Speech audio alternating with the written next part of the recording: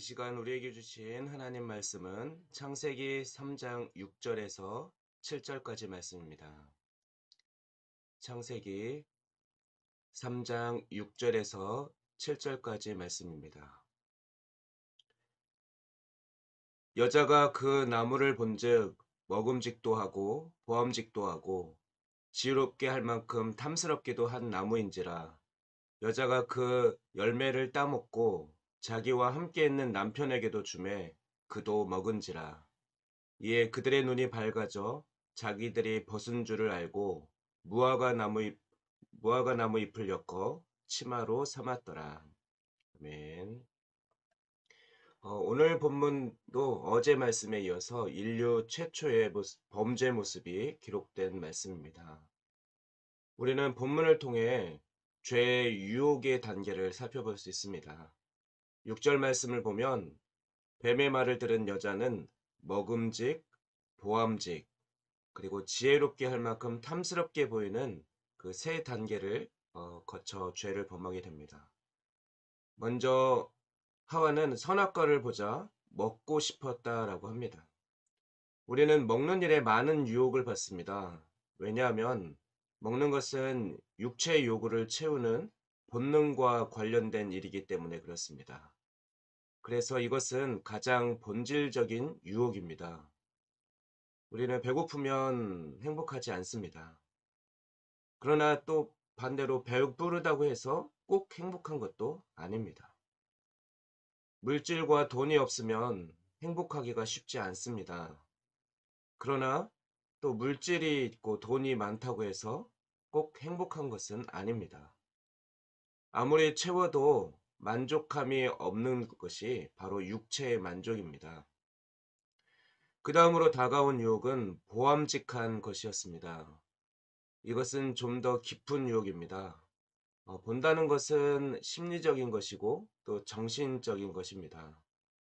사람들은 누구든지 멋있어지고 싶어 하고 또 자존심을 세우고 싶어 합니다. 누구나 백마를 탄 왕자가 되고 싶어 하고 또 아름다운 공주가 되고 싶어 합니다. 세 번째, 인간 마음속에는 끊임없는 욕망 또 탐심이 있습니다. 선악과만 먹으면 이 세상의 모든 지혜를 다 가질 수 있을 것 같고 또 이 세상의 모든 욕망을 다 채울 수 있을 것 같은 그런 충동을 느끼는 것입니다. 이것은 인간의 영혼 깊은 곳에 어떤 영적 유혹에 해당합니다. 그러나 우리가 죄와 접촉되지 않을 때는 이것들이 작동하지 않습니다. 만일 사탄이 하와에게 다가왔을 때 하와가 말씀으로 끊어버렸다면 아무 문제가 없었을 것입니다. 그러나 어제 살펴본 바와 같이 하와에게는 말씀이 허물어져 있었기 때문에, 즉 하와는 하나님의 말씀을 적절히 더하고 또 감했기 때문에 이 세 가지 유혹의 틀을 쓰게 된 것입니다. 사탄은 육체의 유혹, 정신의 유혹, 또 영적인 유혹을 이 세 가지 틀을 하와에게 씌울 수 있었던 것입니다. 아직까지 죄를 짓지는 않았지만 이미 사탄은 이 틀을 만들고 있었습니다. 이 세 가지 유혹에 대해서 요한일서 2장 15절 16절 말씀은 다음과 같이 말씀하고 있습니다. 이 세상이나 세상에 있는 것들을 사랑하지 말라.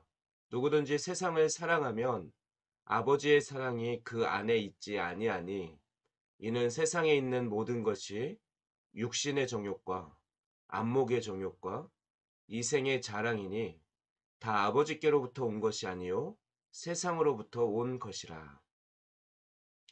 육신의 정욕, 안목의 정욕, 이생의 자랑, 이 세 가지는 오늘 보면 창세기 3장에 나오는 하와를 공격했던 사탄의 방법과 아주 유사합니다. 육체의 정욕은 곧 먹음직한 것이고 안목의 정욕은 보암직한 것이며 이생의 자랑은 지혜롭게 할 만큼 탐스러움을 의미하는 것입니다. 이러한 유혹은 아담뿐만 아니라 아담 이후의 모든 인간들에게도 있습니다.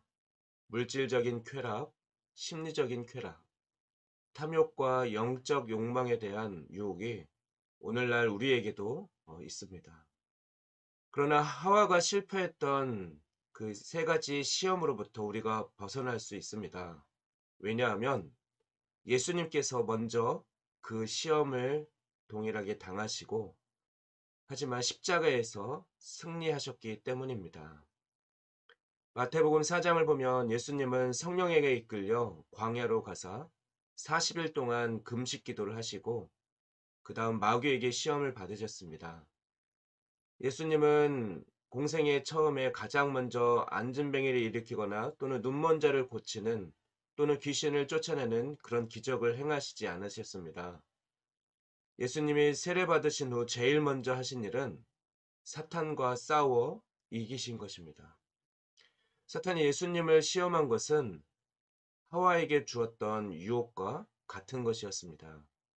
최초의 인간 아담과 하와가 사탄의 유혹에 실패한 것 때문에 예수님은 이 유혹을 통해 사탄을 이기셔야 했습니다. 죄의 근원을 승리로 회복하기 위해서입니다. 예수님은 사탄의 세 가지 유혹으로부터 승리하셨습니다. 아담과 하와가 패배한 바로 그 유혹을 예수님은 말씀으로 승리하셨습니다.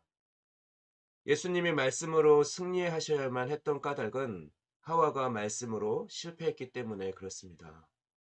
하와가 시험에서 실패한 이유는 말씀을 경홀히 여기고 적당하게 생각하며 마음대로 하나님의 말씀을 가감했기 때문입니다. 하지만 예수님은 하나님의 아들 된 권위로 세 번 모두 기록하였으되 라는 하나님의 말씀으로 승리하셨습니다. 첫 번째, 돌로 떡을 만들라고 하였을 때는 사람이 떡으로만 살 것이 아니요 하나님의 입으로 나오는 모든 말씀으로 살 것이다 라는 신명기 8장 3절 말씀을 인용하시면서 육체적이고 또 물질적인 유혹을 이겨내셨습니다. 두 번째, 예수님은 높은 성전에서 뛰어내리라.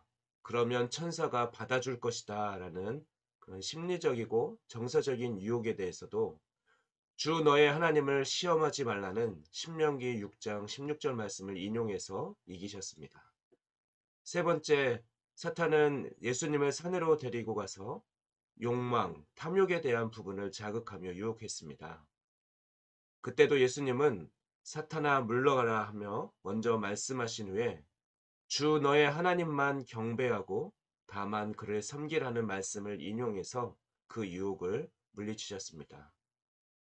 하와가 실패한 모든 유혹에서 예수님은 우리를 완전히 회복시켜 주신 것입니다. 따라서 예수 그리스도를 믿는 우리에게도 예수님의 승리가 있게 된 것이고 우리들도 육체적인 시험이나 물질적인 시험, 정신적 시험, 또 영적인 시험 등 모든 시험에서 승리할 수 있게 된 것입니다. 히브리서 기자는 히브리서 2장 18절에서 예수님이 시험을 받아 고난을 당하셨기 때문에 시험 받는 자들을 능히 도우실 수 있다라고 선포하고 있습니다. 우리가 오늘 말씀에서 분명히 기억할 것은 예수님께서 이 시험에서 이길 수 있었던 비결이 바로 기록되었을 때로 시작하는 하나님의 말씀이었다라는 것입니다. 따라서 우리도 항상 말씀을 꼭 붙잡고 살아야 하며 항상 말씀 안에 머물러 있어야 하는 것입니다. 본문 7절 말씀을 보면 죄의 결과, 양심의 부끄러움과 인격의 부끄러움을 가져왔습니다.